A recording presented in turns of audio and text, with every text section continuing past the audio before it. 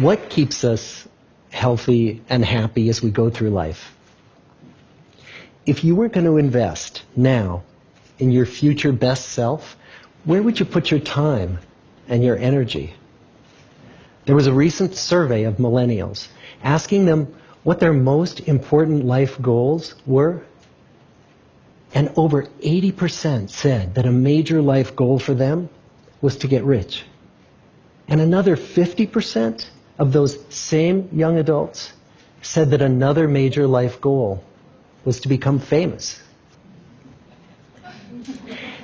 And we're constantly told to lean into work, to push harder and achieve more. We're given the impression that these are the things that we need to go after in order to have a good life. Pictures of entire lives, of the choices that people make and how those choices work out for them, those pictures are almost impossible to get. Most of what we know about human life, we know from asking people to remember the past.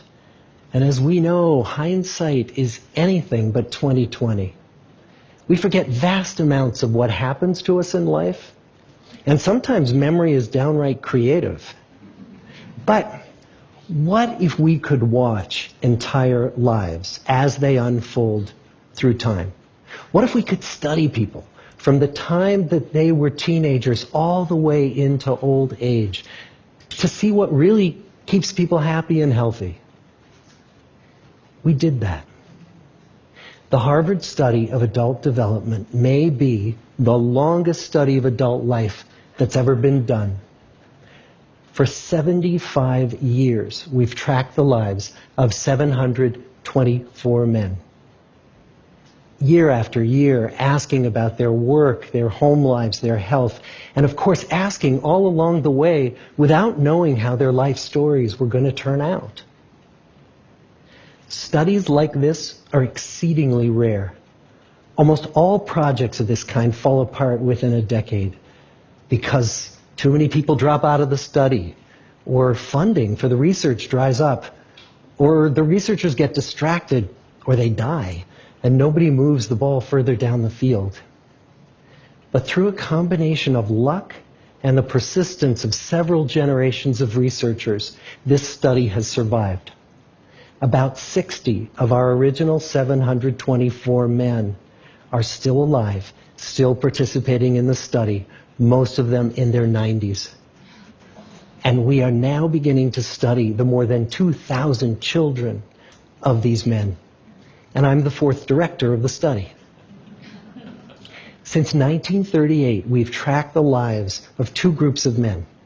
The first group started in the study when they were sophomores at Harvard College. They all finished college during World War II, and then most went off to serve in the war.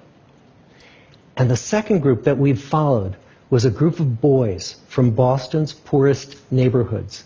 Boys who were chosen for the study specifically because they were from some of the most troubled and disadvantaged families in the Boston of the 1930s. Most lived in tenements, many without hot and cold running water. When they entered the study, all of these teenagers were interviewed, they were given medical exams. We went to their homes and we interviewed their parents. And then these teenagers grew up into adults who entered all walks of life. They became factory workers and lawyers and bricklayers and doctors. One president of the United States. Some developed alcoholism. A few developed schizophrenia. Some climbed the social ladder from the bottom all the way to the very top. And some made that journey in the opposite direction. The founders of this study would never in their wildest dreams have imagined that I would be standing here today, 75 years later, telling you that the study still continues. Every 2 years, our patient and dedicated research staff calls up our men and asks them if we can send them yet one more set of questions about their lives. Many of the inner city Boston men ask us, "Why do you keep wanting to study me? My life just isn't that interesting." The Harvard men never asked that question.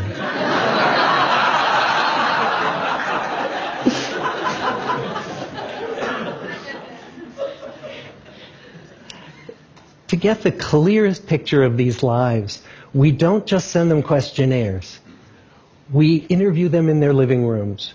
We get their medical records from their doctors. We draw their blood. We scan their brains. We talk to their children.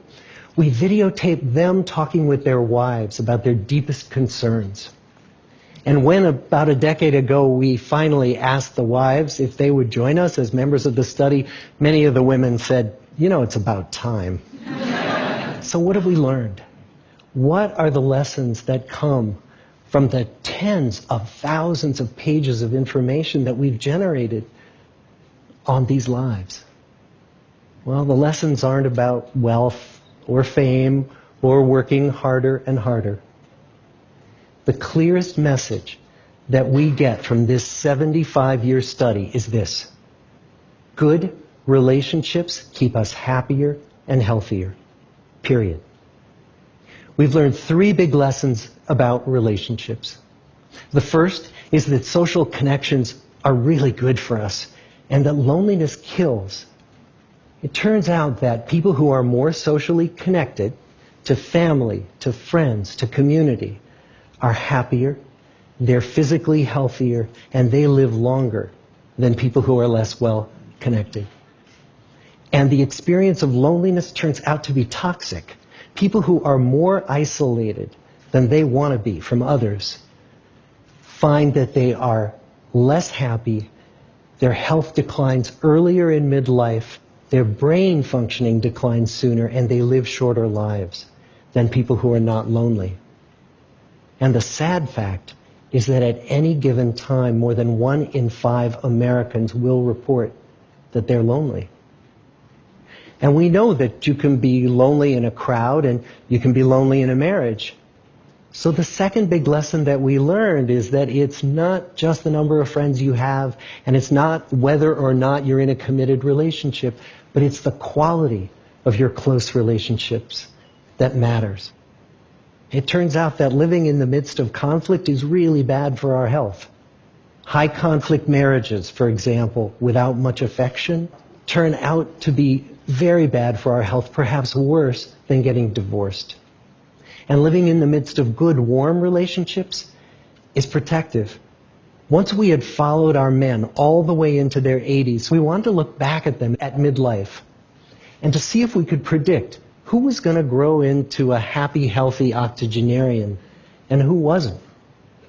And when we gathered together everything we knew about them at age 50, it wasn't their middle-aged cholesterol levels that predicted how they were going to grow old.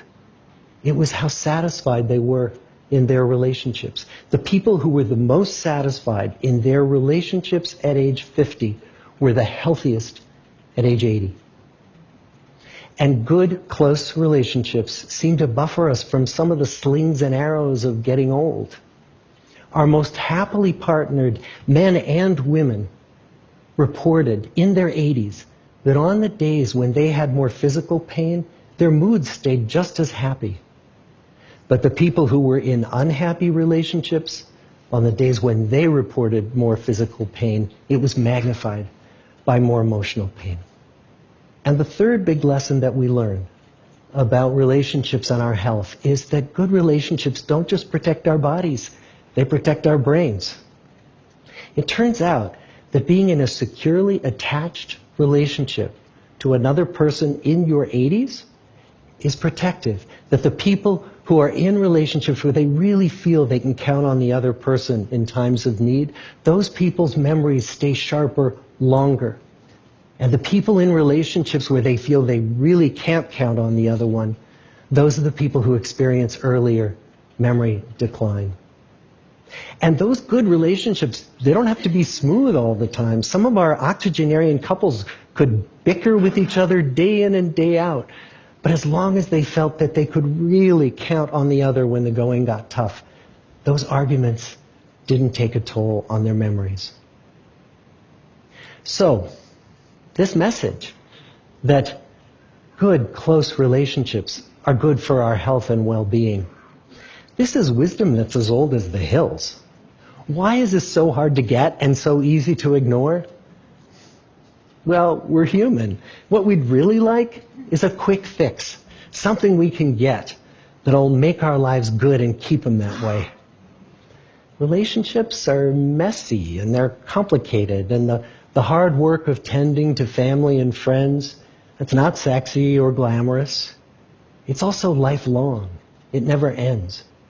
The people in our 75-year study who were the happiest in retirement were the people who had actively worked to replace workmates with new playmates. Just like the millennials in that recent survey, many of our men, when they were starting out as young adults, really believed that fame and wealth and high achievement were what they needed to go after to have a good life. But over and over these 75 years, our study has shown that the people who fared the best were the people who leaned into relationships with family, with friends, with community. So what about you? Let's say you're 25, or you're 40, or you're 60. What might leaning into relationships even look like? Well, the possibilities are practically endless. It might be something as simple as replacing screen time with people time, or livening up a stale relationship by doing something new together, long walks or date nights, or reaching out to that family member who you haven't spoken to in years, because those all too common family feuds take a terrible toll on the people who hold the grudges. I'd like to close with a quote from Mark Twain. More than a century ago, he was looking back on his life, and he wrote this: "There isn't time, so brief is life, for bickerings, apologies, heartburnings, callings to account. There is only time for loving, and but an instant, so to speak, for that." The good life is built with good relationships. Thank you.